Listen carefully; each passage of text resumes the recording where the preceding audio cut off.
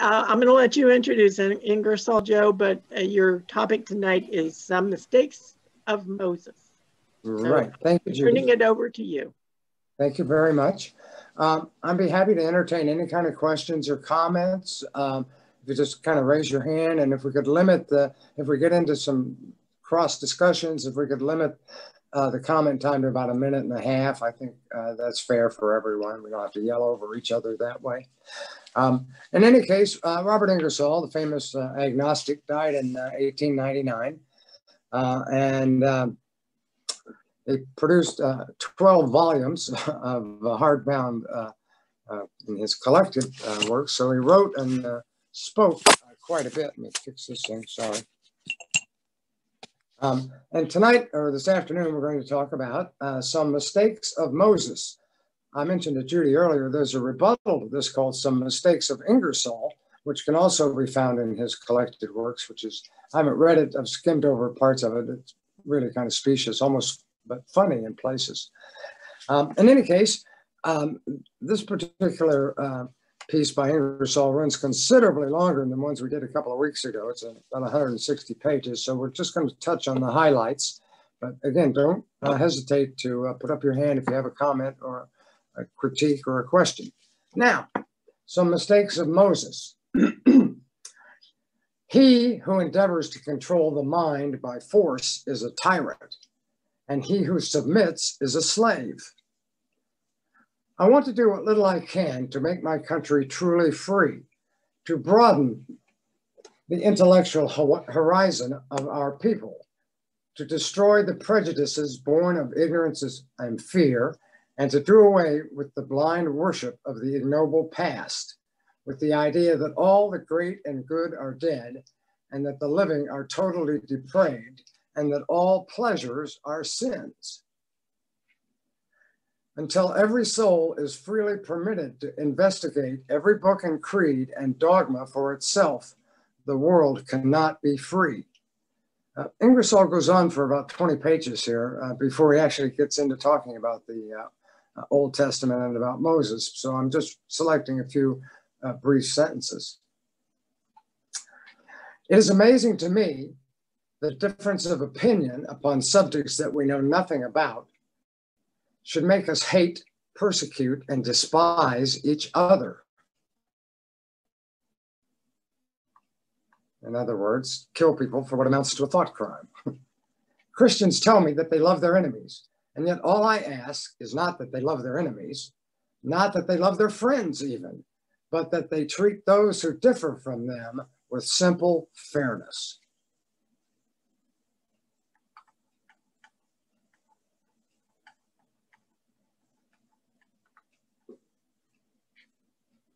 Now he goes on to talk about the career of being a minister. His father was a fundamentalist preacher, and so he had a lot of firsthand knowledge about what it was like to be a member of a religious family. He mentions Andover College, which is a seminary that produces, he calls it a religious factory. And he says, I haven't singled them out because they're worse. They're all about the same. The professors, for the most part, are ministers who failed in the pulpit and were retired to the seminary on account of their deficiency in reason and their excess of faith. As a rule, they know nothing of this world and far less of the next, but they have the power of stating the most absurd propositions with faces solemn as stupidity, touched by fear.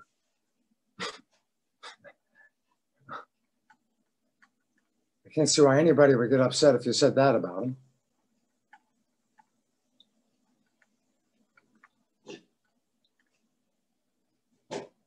He also says that he would like to liberate the politicians. At present, office seeker is a good deal like the center of the earth. He weighs nothing but himself. Oh, he weighs nothing himself, but draws everything else to him.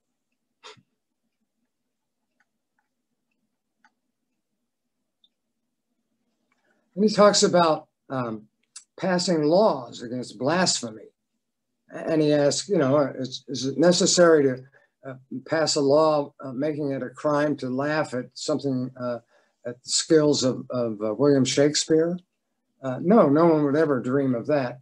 So why do we pass laws for blasphemy? In fact, he tried, he was the attorney for the defendant, one of the last blasphemy cases in history,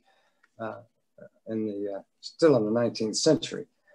And he says, an infinite God ought to be able to protect himself without going in partnership with state legislatures. Certainly, he ought not so to act that laws become necessary to keep him from being laughed at. No one thinks of protecting Shakespeare from ridicule by the threat of fine and imprisonment. These are pretty strong arguments in what amounts to basically 3 or 4 sentences, 1 paragraph of text. Another reason I like Ingersoll is his mix of humor and satire and sarcasm with his logic and the idea that God needs protection. You know, if you stop and think about it, is laughable. And then you think, well, God is getting protection all of the time. They closed the liquor stores on his day. You can't, a lot of businesses are closed. There are all kinds of things that if you're religious, you want to insist that women can't have control over their bodies and so on and so forth. So you can see that God is still in partnership with legislatures at this very moment, usually to the negative effect of us all.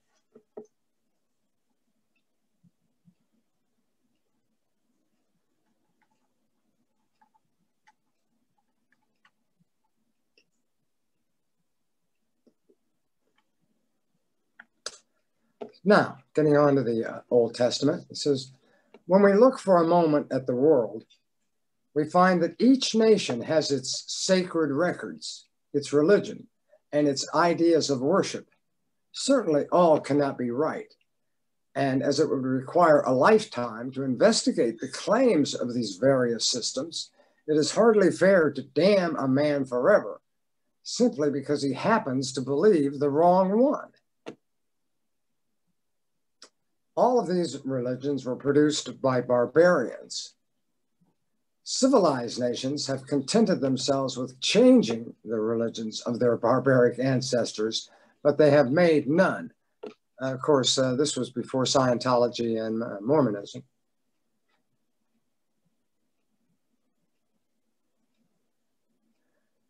All religions insist that all other sacred books were written by hypocrites and impostors, that the Jews were the only people that God ever had personal intercourse with, and that all other prophets and seers were inspired only by impudence and mendacity.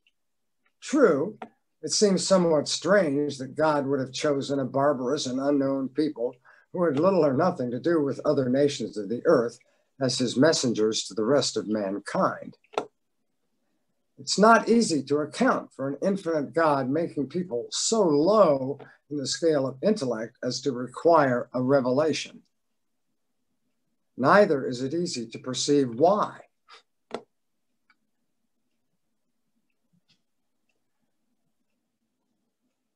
Of course, if a revelation is or was necessary for all, unfortunately, it was made only to a few.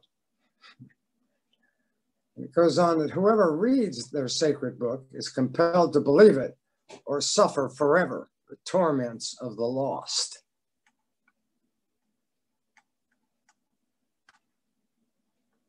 All right, the Pentateuch.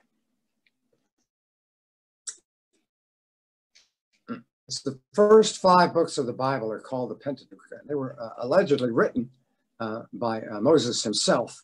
But as Ingersoll points out, it's impossible that he could have written them for any number of reasons. We'll certainly get into that in short order. Anyone have any questions or comments at this point over anything that Robert G. has had to say? Anything they'd like I don't want to pour cold water on the story of Moses, but I think that most biblical scholars would agree that Moses was a fictitious character that never existed. Yeah, he had a lot in common with other deities or supernatural figures in many other religions. They're orphans or foundlings. Muhammad, what do we know about his parents?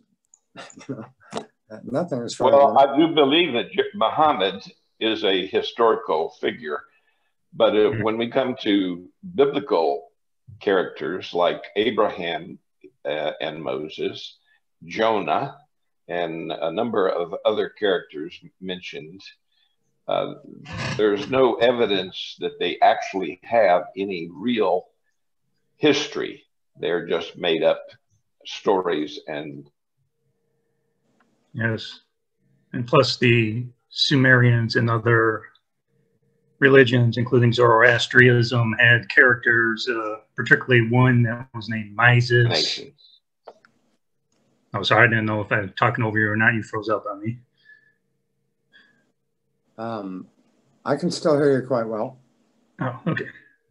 Yeah, but there was a lot of the Bible was based on earlier religions such as Zoroastrianism, and you find direct parallels in these earlier religions, including Moses. Like I said, particularly a character named Moses. Right. Just seems kind of suspicious. We have this Moses that survived a great flood, and Sumerian texts and earlier texts. So, yeah, it's most likely these were more fictional than realistic characters. No, I would definitely agree with that. There's some question of whether the Exodus ever occurred, and the idea of parting the Red Sea. And again, as Ingersoll points out a little down the road here, that there were 3 million Jews who fled Egypt, and 600,000 of those were basically their soldiers or their military. The Pharaoh sent 500 troops and chariots after them when they tried to escape. Yet the 600,000 of them were afraid of 500 Egyptian chariots and had to call on God to protect them from 500 people. That sounds a little bit ludicrous. And besides, God had already destroyed all of the animals in Egypt with the hail. So the question of where they got the horses is another issue as to the veracity of the story. Is there anyone here who thinks the Bible is true? I mean, I think we all think it's a work of fiction. Yes, it ought to be in the fiction section. Both New and Old Testament. Yeah. No, I have no quarrel with that idea, that's for sure. Interesting that Moses is not recorded in Egyptian history. And neither is Hebrew slavery.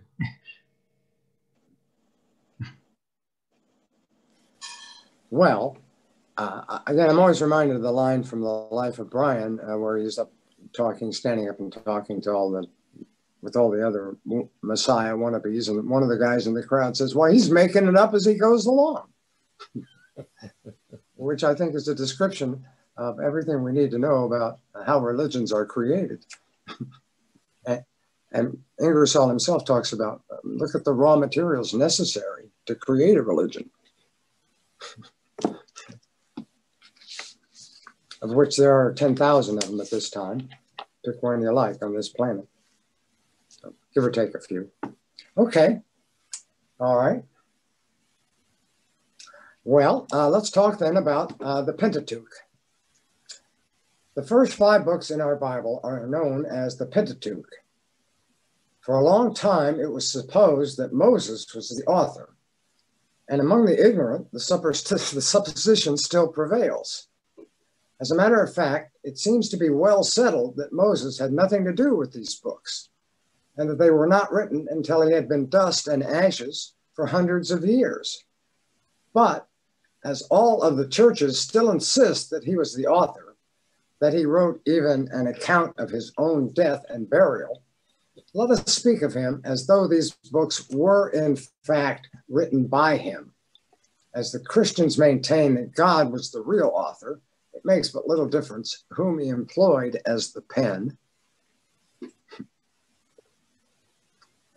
Nearly all authors of sacred books have given an account of the creation of the universe, the origins of matter, and the destiny of the human race.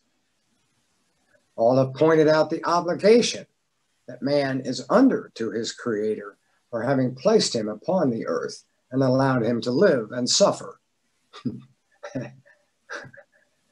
Moses differed from most of the makers of the sacred books by his failure to say anything of a future life. By failing to promise heaven and to threaten hell,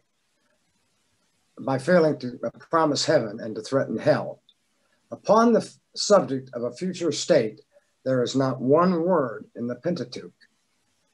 And again, it begs the question of the fall, when God threw Adam and Eve out of the Garden of Eden. He never says a word about hell. He never says a word about eternal punishment. He just says that women will suffer pain in childbirth, and man will have to work for a living. But he doesn't tell them about the most important thing that they need to know, which of course is his plan for salvation. We only have to wait 4,000 years until Jesus comes along to learn about that. Yeah, Jim, go ahead. Well, God in the Pentateuch, in Genesis 3, verses 20 through 22, did in fact inform us that he had a plan to make sure that mortals would remain mortals. We would never become immortals. Okay, thank you very much. I'm not aware of that verse off the top of my head, but then again, I certainly don't know all of the Bible. It goes something on the order of, behold, man has become as one of us to know good and evil. Therefore, let us put a cherubim at the entrance to the Garden of Eden to guard the way of the tree of life, lest man eat and live forever. So it was clear that God had no intention for human beings to live for eternity anywhere. And that in some way the tree of knowledge, he punishes them for eating of the tree of knowledge, which they had no knowledge, so they didn't know any better. It's immoral to punish people for something where they have no knowledge of good and evil. And that happens every day in court, where people commit heinous crimes and go to an asylum instead of a prison. So if Jesus came and gave us eternal damnation in a lake of fire, then Jesus was a pretty bad character, because I'd rather have the fate promised to me in Genesis 3 by God, which is cease and desist forever. Well, again, Ecclesiastes is pretty clear on what we can expect to happen to us, which is we're going to be dead like every other animal and life form, and that's the end of it. So all right, great. Excuse me.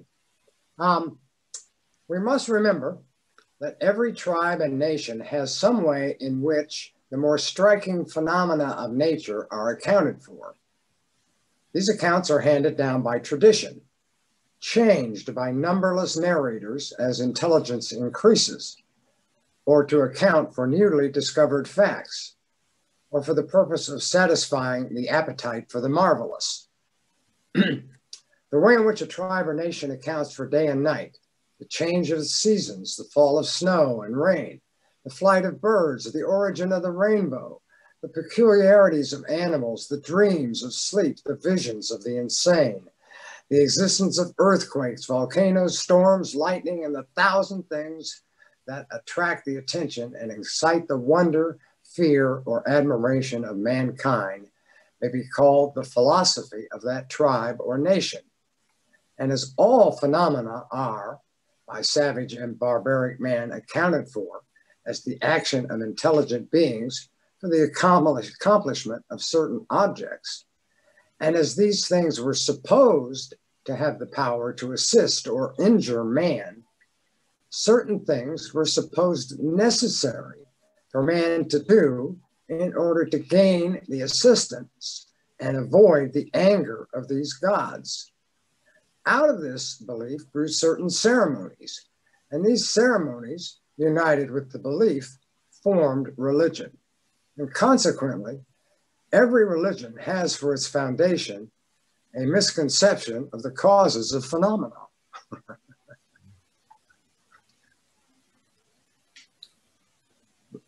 Did you guys, anybody have any problem following that? All right. All worship is necessarily based upon the belief that some being exists who can, if he will, change the natural order of events. The savage prays to a stone, while the Christian prays to a spirit, and the prayers of both are equally useful.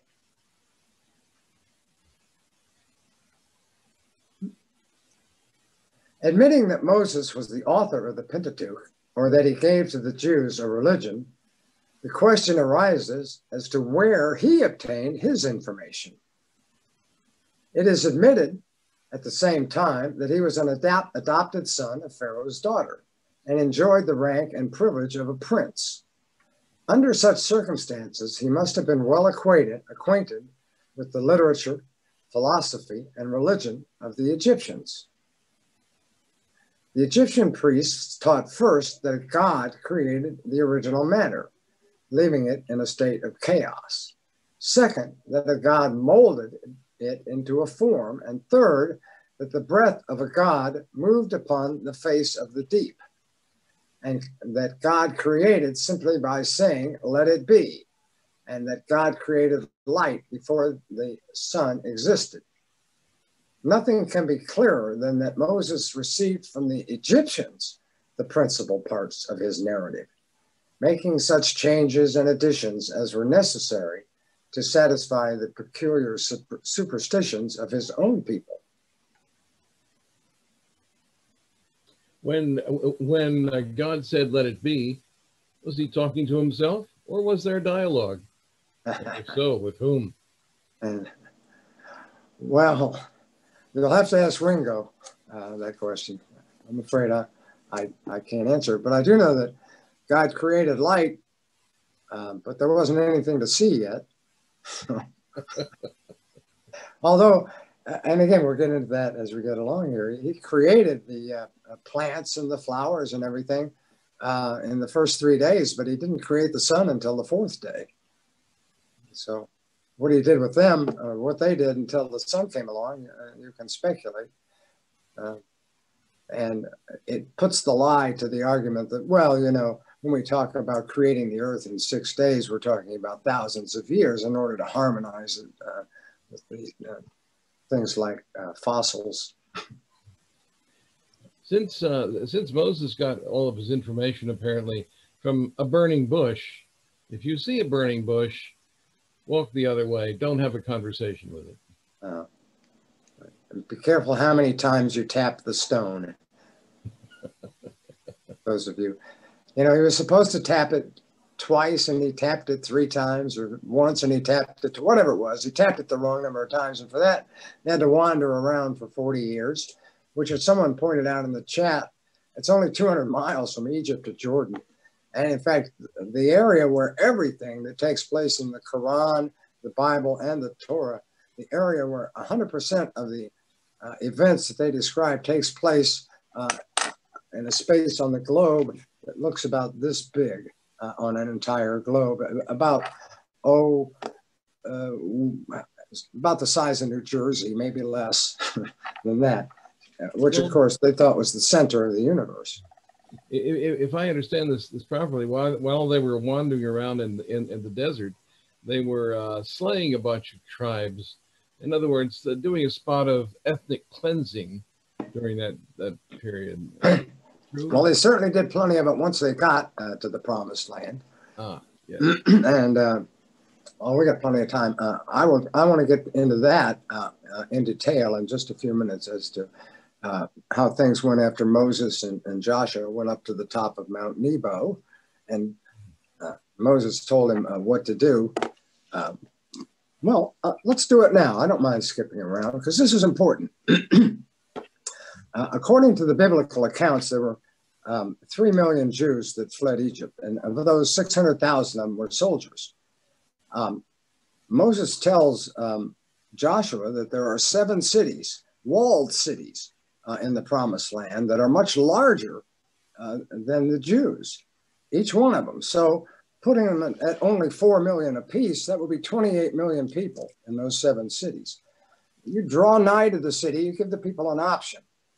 You can be our maid servants and men servants and give us 10% of anything that you earn or produce forever, and all will be well. Failing that, we will kill everything, man, woman, and child, and leave nothing that breatheth. Surprisingly, no one took the first offer. So that's 28 million people.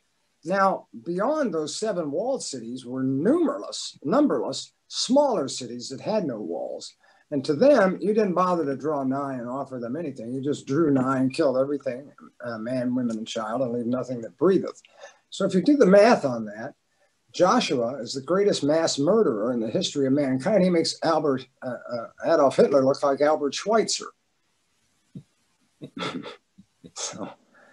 So how many relatives named Josh? Be sure you tell them about this. Well, those residents were squatters. About their namesakes. Well, they may have been squatters, and you know, God gave the Jews a covenant to own that land, but he's a deity and he should know better. He should know that normally when you convey real estate, you do it by a deed. How does this claim stack up against the most likely projections of population in that area at that time? Right. If you do it on a per capita basis, it ceases to be 40 million people and becomes a couple 100 million.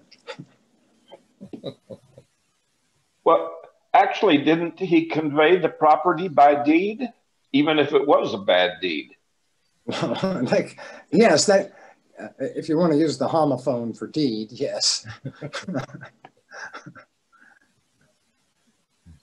But unfortunately, I hope that's not the kind of deed you use to buy your property. No, I used a good deed, the kind that you pay money to another person.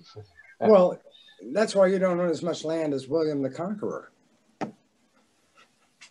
His descendants still run Great Britain. See, with the bad deed, they had extra benefits. They got to have all these sex slaves. Yeah. Oh, yeah. Well, you didn't get paid. It was a minimum wage plus rape and plunder. It's like getting tips, being a tipped employee. Okay. Well, so much for the joys of smiting people. That's hard work, wielding a sword and smiting people all day long. So I think you're entitled to some rape and plunder. And of course, you could keep any of the hostages who were women. You just had to shave their heads and pare their nails and put them in quarantine for a month. And then they were yours to do with as you pleased.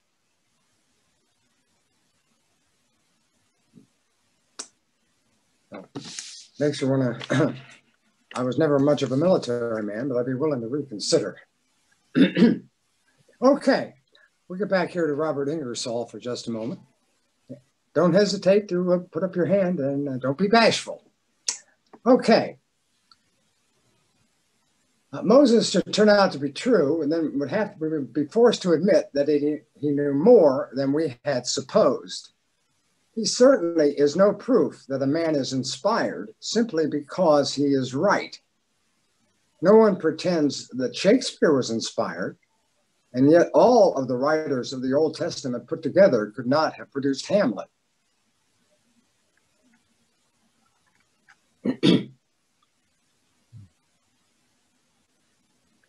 Why should we, looking upon some rough and awkward thing in God or stone, say that it must have been produced by some inspired sculptor, and with the same breath pronounce the Venus de Milo the work of a man?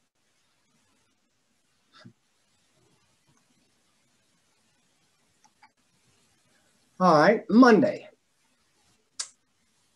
Moses commences his story by telling us that in the beginning, God created the heaven and the earth. If this means anything, it means that God produced, caused to exist, called into being the heaven and the earth. it will not do to say that he formed the heaven and the earth of previously existing matter. Moses conveys, and intended to convey, the idea that the matter of which the heaven and the earth are composed was created. Again, he addresses the argument of first cause and basically the Big Bang versus God created matter or called it into being, as if it's possible to magically do that, but not scientifically. That's the argument, as I understand it, in any case.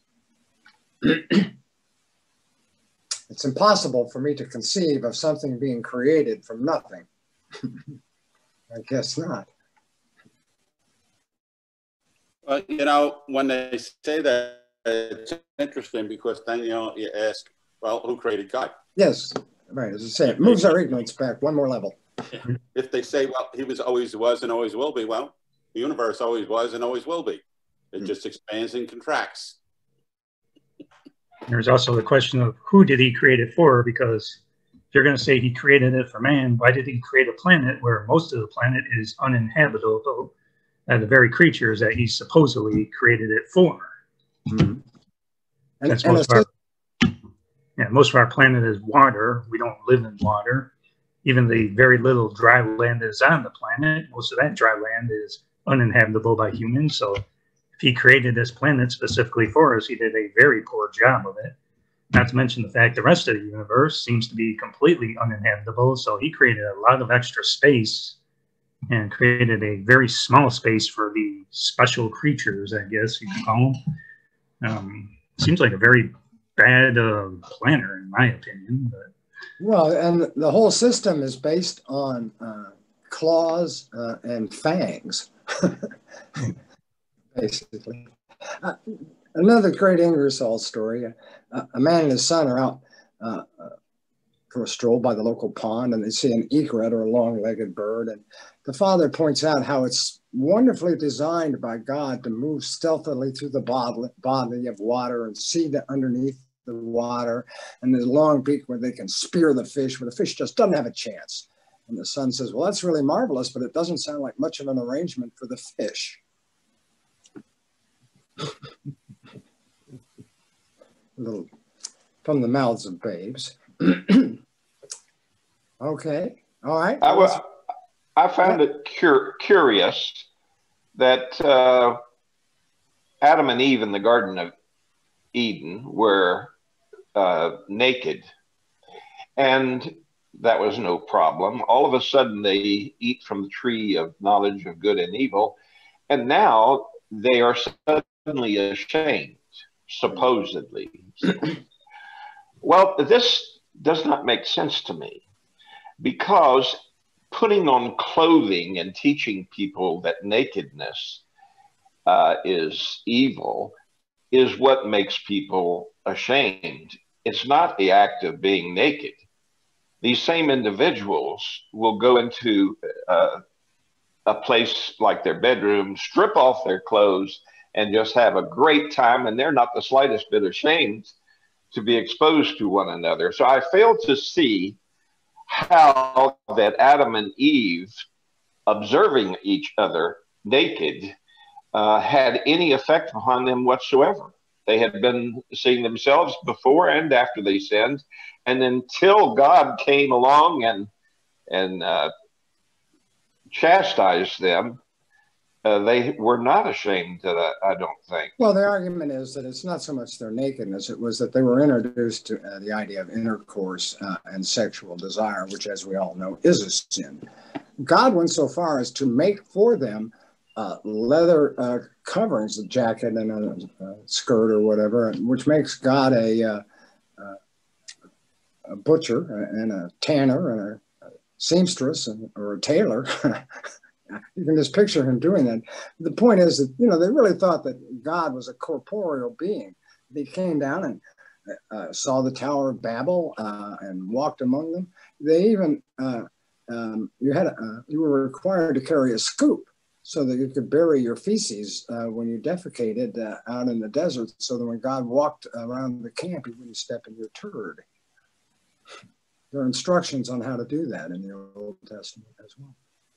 So you can see that the concept of God was, he lived in the firmament. You could take the stairs and just walk right up there if you wanted to, if you were lucky enough to be Ezekiel or somebody like that. And then I was thinking, like, today I've been doing a lot of math. Like, okay, Adam and Eve, they were naked, but it must have took like 5,000 years before God actually spoke to them and said, Adam, where art thou? Like, it must have taken 5,000 years. And they, before they begin to sin, they must have been here for like 2 billion years. And that's without time, because they were going to live forever. That's a long time to go. That's just crazy. That's just crazy. Yes, it is. The whole math problem is a big problem for the religionists. Well, the question that raises the question, when God created Adam and Eve, did he create them as mortals, or did he create them as immortals? You got to think, though, they have to be immortals, because God has to be infinite. He has to be. Whatever he creates had to be infinite until they, quote unquote, quote, ate from the tree, which I don't believe. Well, everything that God has ever created has died, and except the few things that are alive at this moment. So the idea that Adam and Eve would die fits right in with everything else that he's ever created, although Adam did live to be 600 years old.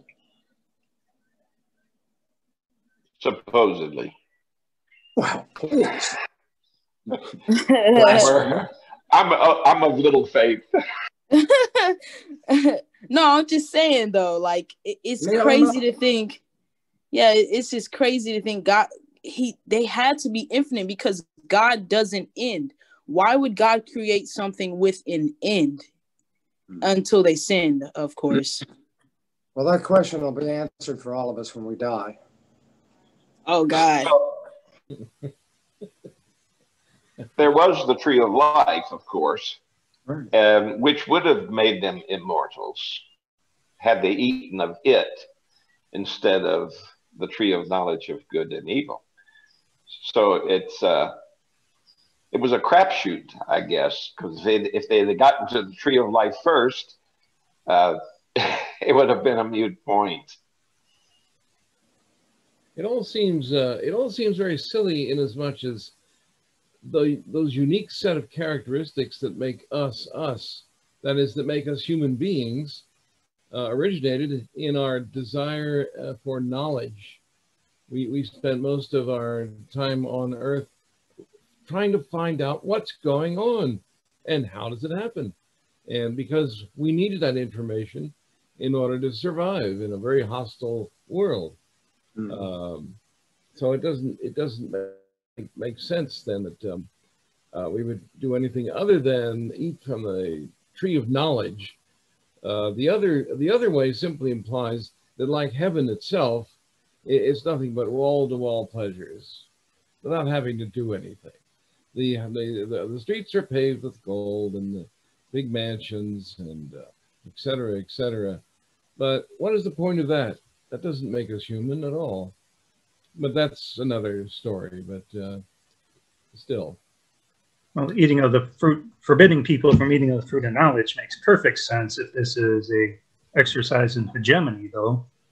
Because, I mean, if religion is meant to control the population, the last thing you want to do is have people questioning the authority of the people in charge of that religion, which is why so much of the Bible has these prohibitions against questioning and giving knowledge.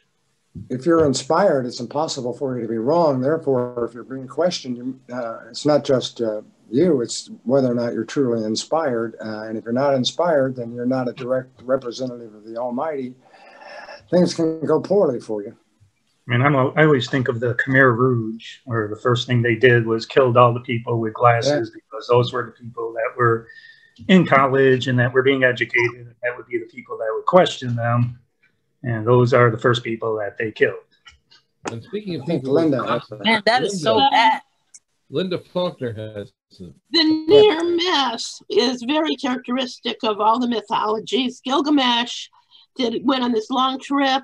He got this special plant that was going to make him eternal, give him eternal life, and he decided to take a nap and then eat it after his nap. And a snake, another characteristic of mythologies, comes along and eats the plant. So his long trip was for nothing.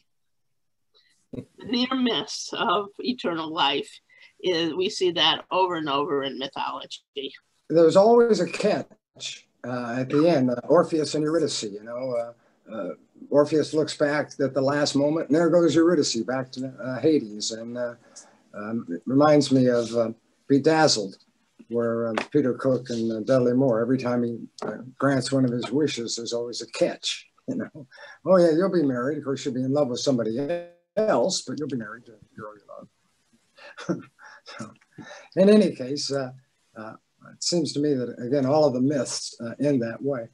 Hercules, you know, is a strong man, but he's so stupid that he upsets people at a funeral and a wedding party and has to perform his 12 tasks. And just pick a deity. They're all, or a person of that nature. They all have some real shortcoming.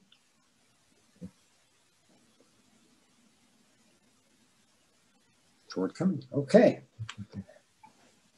Back to some mistakes of Moses. The stories that Moses told were substantially the same story that had been imprinted in curious characters upon the clay records of Babylon, the gigantic monuments of Egypt, and the gloomy temples of India. In those days, there was an almost infinite difference between the educated and the ignorant. The people were controlled almost entirely by signs and wonders. By the lever of fear, priests moved the world. How to put superstition to your own good advantage. The next thing we are told by the inspired gentleman is that God created light and proceeded to divide it from the darkness. Certainly the person who wrote this believed that darkness was a thing, an entity, a material that could get mixed and tangled up with light, and that these entities, light and darkness, had to be separated. In his imagination, he probably saw God throwing pieces and chunks of darkness on one side and rays and beams of light on the other. Okay.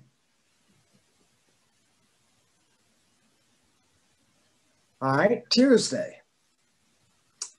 We are next informed by Moses that God of the waters, I think it's a misprint, and let it divide the waters from the waters.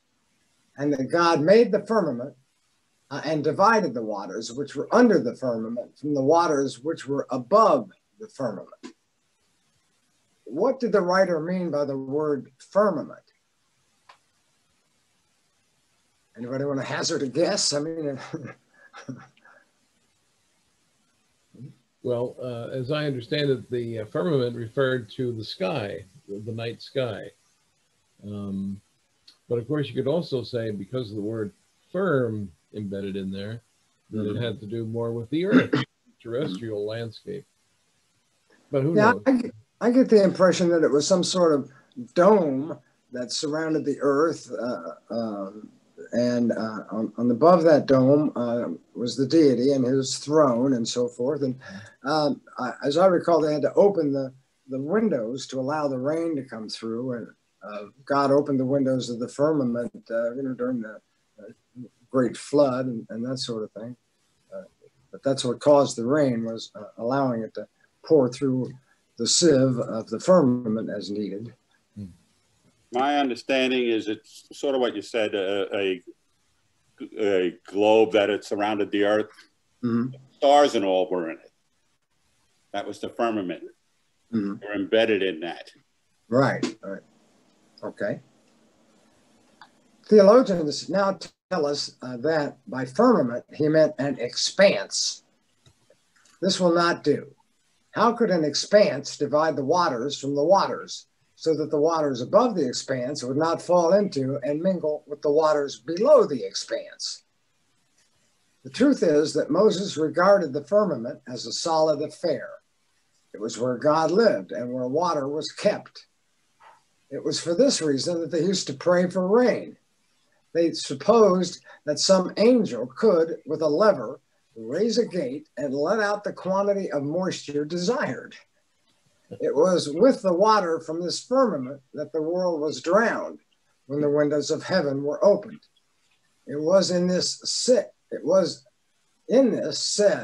let there be a firmament in the midst of the firmament, that the sons of, that's some sort of typo there, and who saw the daughters of men, oh, I see. He goes on to talk about there were other gods, and they had children, and how they came, and there were giants. They were called Neophim or Nilophim or something like that, and they came down and cavorted with mortal women and produced children who were half giants. Perhaps one of their progeny was Samson. I'm not sure on that point, but nevertheless, it's pretty clear that Moses, at least, thought that there were other gods, and that some of the celestial beings, even though they weren't gods, they were just giants, came down from the firmament for the purpose of cohabiting with the women of earth.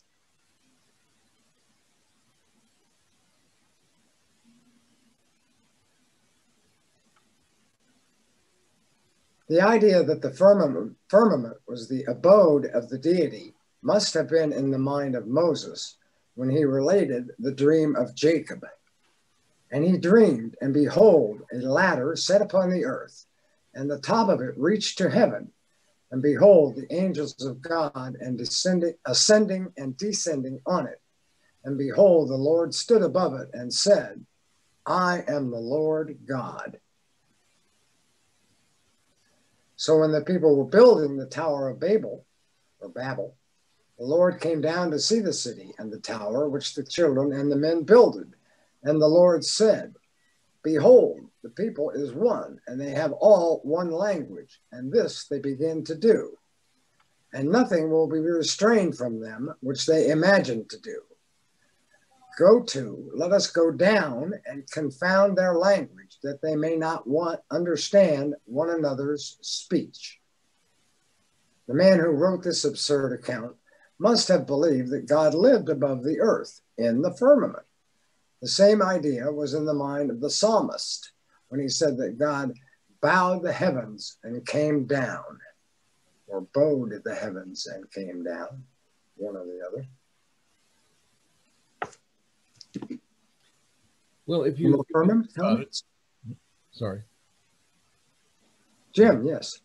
Yeah, I'm saying if you think about it, there was not much other choice, because if you look laterally over the landscape, God could not be found, and if you dug down into the soil, you would likely not find any gods there either. So the only place remaining for God to exist would be, and especially because it would be then an unapproachable God, would be up in the sky somewhere. Yeah, much better than being on top of Mount Olympus. You could go to the top of Mount Olympus, at least ultimately people could get up there and see that there wasn't anything but rocks. But you can't get to the firmament unless you've got Jacob's ladder. Yeah. James A. Young has his hand up. All of this flies in the face of reality and the notion that the Bible is an inerrant message from God himself to reveal to mankind the mysteries of life. When you think about it, if you have this firmament above and below and the earth in between, it really is absurd, because if you think about that, it denies the existence of space and the planets and the other stars. And the people at the time saw these various lights, but they did not see them as planets or stars. They saw them simply as greater and lesser lights. And apparently God was willing to go along with this false idea, because he allowed them to put in their book of inerrant truth the notion that these were merely lights. It's kind of interesting. It's a good point to pick up on, especially if you are trying to educate someone about the infallibility of the Bible. What I find amazing about the Bible is the Old Testament presents God as a bloodthirsty asshole. Why would you worship this person? I mean, almost every chapter of the Old Testament does that. There's, you know, the language thing you just mentioned, the whole Moses thing.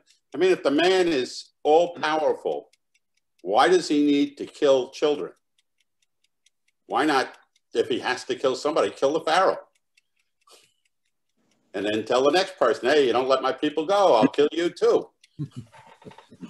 It's a hell of a lot more efficient and a lot less bloodthirsty, and you're actually killing the people responsible as opposed to innocents. So I'm just amazed by that fact. Well, again, the deity of the time, like any deity, reflects the culture and the knowledge of the people that it represents. And the people that the Jewish God represents were perfectly happy to kill 30 or 40 million people, at least according to the Old Testament. Let me read what Ingersoll has to say about the God of the Old Testament. It is impossible to conceive of a more thoroughly despicable, hateful, and arrogant being than the Jewish God. He is without a redeeming feature. In the mythology of the world, he has no parallel. He only is never touched by agony and tears. He delights only in blood and pain. Human affections are naught to him. He cares neither for love, nor music, nor beauty, or joy. A false friend, an unjust judge, a braggart, a hypocrite, and tyrant, sincere in hatred, jealous, vain, and revengeful, false in promise, honest in curse, suspicious, ignorant, and changeable, infamous and hideous. Such is the God of the Pentateuch. That's pretty clear. I go along with everything. Yeah, no disagreements there. And it's interesting how that the God of the Islamic State, ISIS, was exactly the same. And so the ISIS, when they went out to conquer Iraq and the peoples that were living in Iraq, they just mass murdered them. And they kept the virgin children and women for sex slaves. And it was all perfectly A-okay with the boss in heaven to do that. Yes, in fact, the priest, in this instance, you're referring to the Midianites, I believe. No, I'm referring to ISIS. I see. Well, no, there's went around slaughtering people by the tens of thousands. Anyone who would not convert and join their regime. Right. Well, in the book of Numbers, the Israelites destroy the Midianites, and they take all of the women who have never known a man and give those over to the troops, and 10% are given to the priests, and there were 32,000 of them. In fact, the high priest, I can't remember his name, but Moses' high priest, gives him a ration of crap over the fact that he left some of the young boys alive and children, and he says, here's what you need to do, and that is kill everybody except the girls that haven't known a man. So God was upset that he didn't kill enough people. And furthermore, what kind of a God needs to send his minions out to do the killing for him? If God wanted the Midianites dead, all he had to do was let it be. Speak, right. Let it be. But instead, he sent his chosen people out to do the evil for him. He killed 50,000 people with plague in 3 days to punish David for conducting a census without his permission. So he certainly has the power to do that sort of thing. After all, he's infinite, is he not? Ingersoll says that if the Pentateuch is true, religious persecution is a duty. The dungeons of the Inquisition were temples. If the Pentateuch was inspired, every heretic should be destroyed, and every man who advocates a fact inconsistent with the sacred book should be consumed by sword and flame. So as I've said many times, if you try to live by the Old Testament, you'd be very fortunate to avoid being executed by the state. Well, there was a lot of killing going on, including anyone who was a fortune teller. So astrologists and fortune tellers and palm readers would have had to have been put to death. And if your children talked back to you, you could just kill them. Witches, familiars. Witches, and who's to know who is a witch? Anybody that you don't like, you could claim that they're a witch. And spiritualists, anyone who claimed to be able to talk to the dead, you could kill them. Anybody that worshiped a different God, you could kill them. And if anybody came into town as a missionary for a different religion, absolutely you were obligated to kill them. And the list of killing goes on and on and on to such length. There probably was a lot of people Jewish people in Israel that died at the hand of the sword or the hand of the stone. So maybe that's how they kept population growth under control. Jim, are you saying it's hard to know which witch is which? Yeah, so they had that problem in Massachusetts. So they would weight them down and tie them up, weight them down in stones, throw them in the river. And if they were able to float, then they were a witch. And if they didn't float, well, that's just too bad. We made a little error. Hey, my bad. Either way. Okay, well, I've got about 10 or 15 minutes here at the most, so let's talk about Robert Ingersoll and some of the, again, mistakes of Moses. Moses lived about 1,500 years before Christ, and although he was inspired and obtained his information directly from God, he didn't know as much about our solar system as the Chinese did 1,000 years before he was born. Hard to explain that. I guess if only Moses had been Chinese, we'd all be better off. Is it not strange that a Chinaman should find out by his own exertions more about the material universe than Moses could when insisted by its very creator? About 800 years after God gave Moses the principal facts about the creation of heaven and earth, he performed another miracle far more wonderful than stopping the world. On this occasion, he not only stopped the earth, but actually caused it to turn the other way. A Jewish king was sick, and in order to convince him that he would ultimately recover, God offered to make this, actually by way of Isaiah, offered to make the shadow on the dial go forward or backward 10 degrees. The king thought it too easy to make it go forward and asked that it should be turned back. Thereupon Isaiah the prophet cried unto the Lord, and he brought the shadow 10 degrees backwards, by which it had gone down in the dial of Ahaz.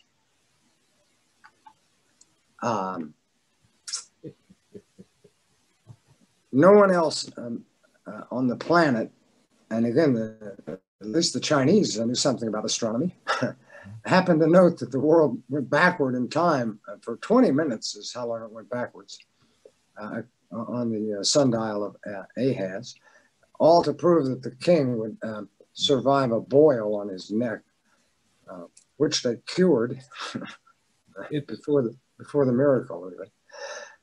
Nevertheless, it's a good example of the credulity that religion brings to the party, and the fact that it's a detriment to knowledge, because the purpose of any theologian or cleric or priest is to make sure that the creed never changes. Right? Look at how hard the Amish have worked to accomplish that.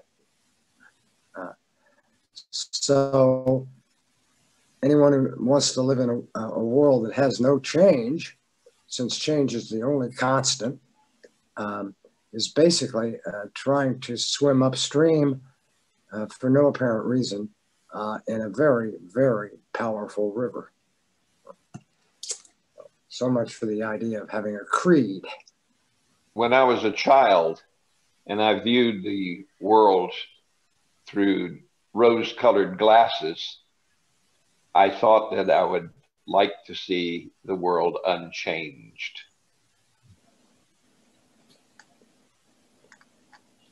But of course, that was not going to be the way it was, obviously. Mm-hmm. So now all the people that I knew then are dead. And I would have trouble finding my way around the old neighborhood. It's changed so much. But some things don't change, and human ignorance is one of them. It's a constant. Yeah, right. Well, I think there was some ancient king who asked his wise man to come up with a saying that he could say that would always be true and would make him sound, intellectual or informed. And that was the phrase he came up with, which was, "This too shall pass." Michael, go ahead. And say what really needs to change is that we need to get these ideas out there more, because I mean, you figure Ingersoll wrote this, nearly a century and a half ago, and yet, I don't see any real progress being made as far as getting these ideas out of the popular consciousness and out of government and out of society. So, I mean, I guess the big ultimate question, the one I always struggle with as an educator, is how do you get the ideas of Robert Ingersoll and the like out there to people? So, I mean, I think that's the big change that needs to be made. And how is that change made? I mean, especially in these days, I think that's one of the biggest questions that we need to face. I mean, go ahead.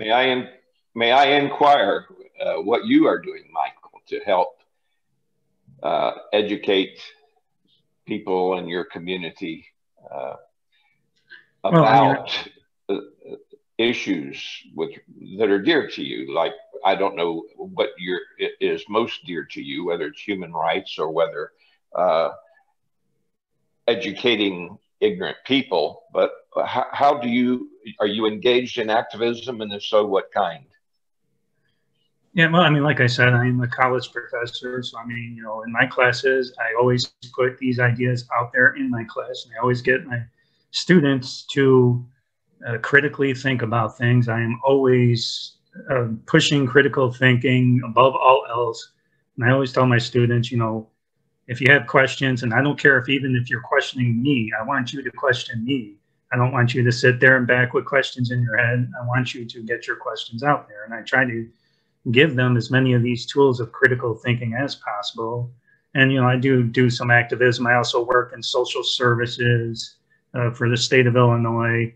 And I mean, that's a very uphill battle trying to get these Christian ideas out of state government. But I mean, I'm always getting in trouble for, I can't tell you how many times I used to teach at the University of Oklahoma. I was constantly being brought into the office because students were saying I was anti-Christian, and I was making fun of Christians because I happened to say something that didn't agree with the Christian ideas. So, I mean, I'm trying to get the ideas out there. I mean, whether I'm being real successful or not, I guess, maybe time will tell, but I'm trying to do my part. I guarantee you, if you are doing those things that you just discussed, you are making a difference. And I want to thank you. I want to thank you for doing that. And because I really sincerely believe that every single one of us in some capacity can reach out and touch the lives of other people, whether it's writing letters to the editor or whether it's posting messages on online. I personally use YouTube. Other people use Twitter and Facebook. I don't like those venues. Excuse me, James, we're almost out of time, so I want to make sure that Joe gets to finish up what he wanted to say. But I agree with you. Well, I'll try to be as brief as possible. I've got a couple of pages here, but it's a summary of some mistakes of Moses. Ingersoll says, let us admit what we know to be true, that Moses was mistaken, that the story of creation is not true. The Garden of Eden is a myth. The serpent and the tree of knowledge and the fall of man are but fragments of old mythologies, that woman was not made out of a rib, that serpents never had the power of speech, that the sons of God did not marry the daughters of men, and that the story of the flood and ark is not exactly true, that the Tower of Babel is a mistake, that the confusion of tongues is a childish thing, that the origin of the rainbow is a foolish fancy. So you can see Moses was seriously mistaken. That Methuselah did not live 969 years, that Enoch did not leave this world, taking with him his flesh and bones, and that the story of Sodom and Gomorrah is somewhat improbable.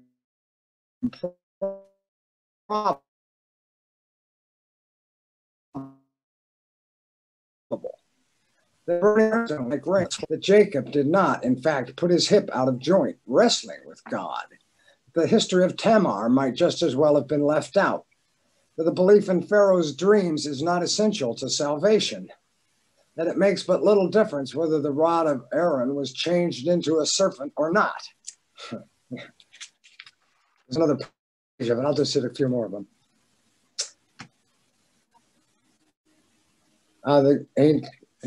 God never told Aaron to draw cuts to see which of two goats should be killed. That he never objected to clothes made of woolen mixed with linen. That if he objected to dwarfs, people with flat noses and too many fingers, he ought not to have created such folks. That he did not demand human sacrifices, as set forth in the last chapter of Leviticus. That he did not object to the raising of horses. That he never commanded widows to spit in the faces of their brothers-in-law. That he never believed the firmament to be solid. That he knew slavery was and always would be a frightful crime. That polygamy is but stench and filth.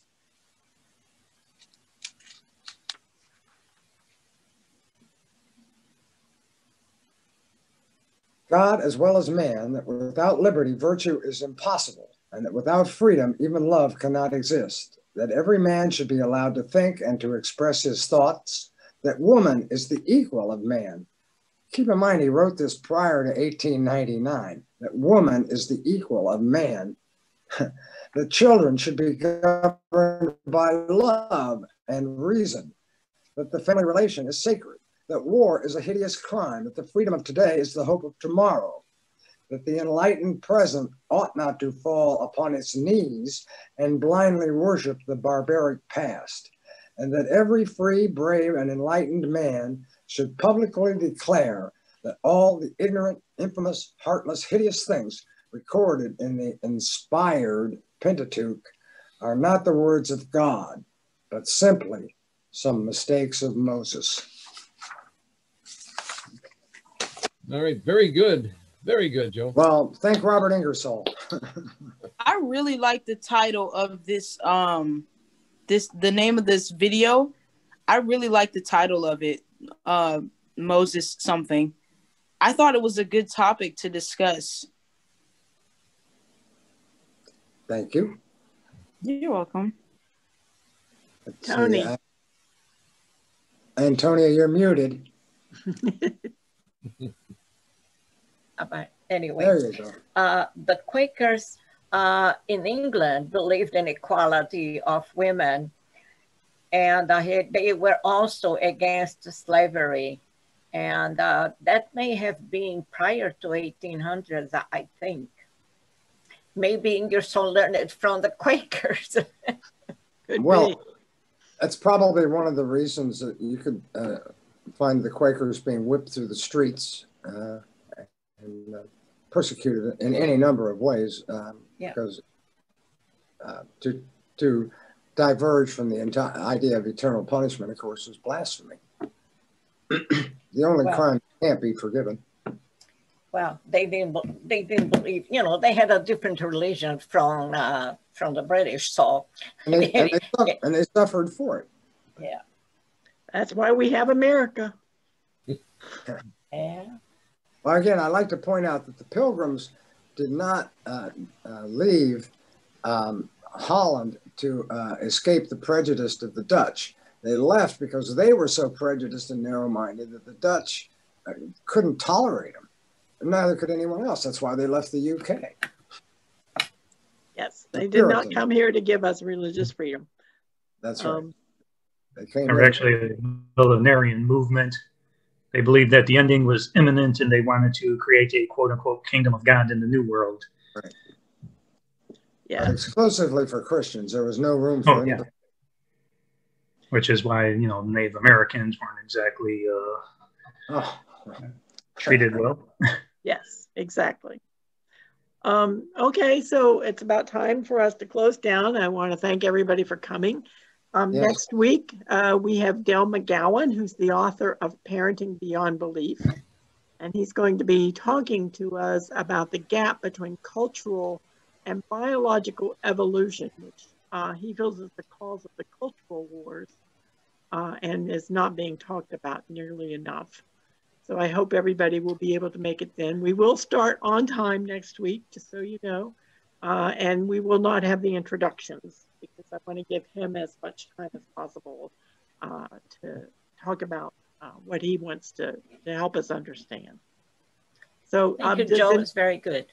Yes, Joe, thank you very much. Sorry, I meant to say that. Thank you. Thank you. You're very Tony, kind. For reminding me. Really appreciate you're such a bastion of knowledge that it's so impressive. I want, thanks everybody. And I guess we'll see you next week. If anybody is interested, like Michael, if you're interested in giving us a talk, or Chris, I have asked him already, please let me know. I'd like to personally invite Michael to join us again. He's very informed, obviously. Yes. Yes. Great addition to our group. Thank you. Yes. I'd and like so to is Chris. thank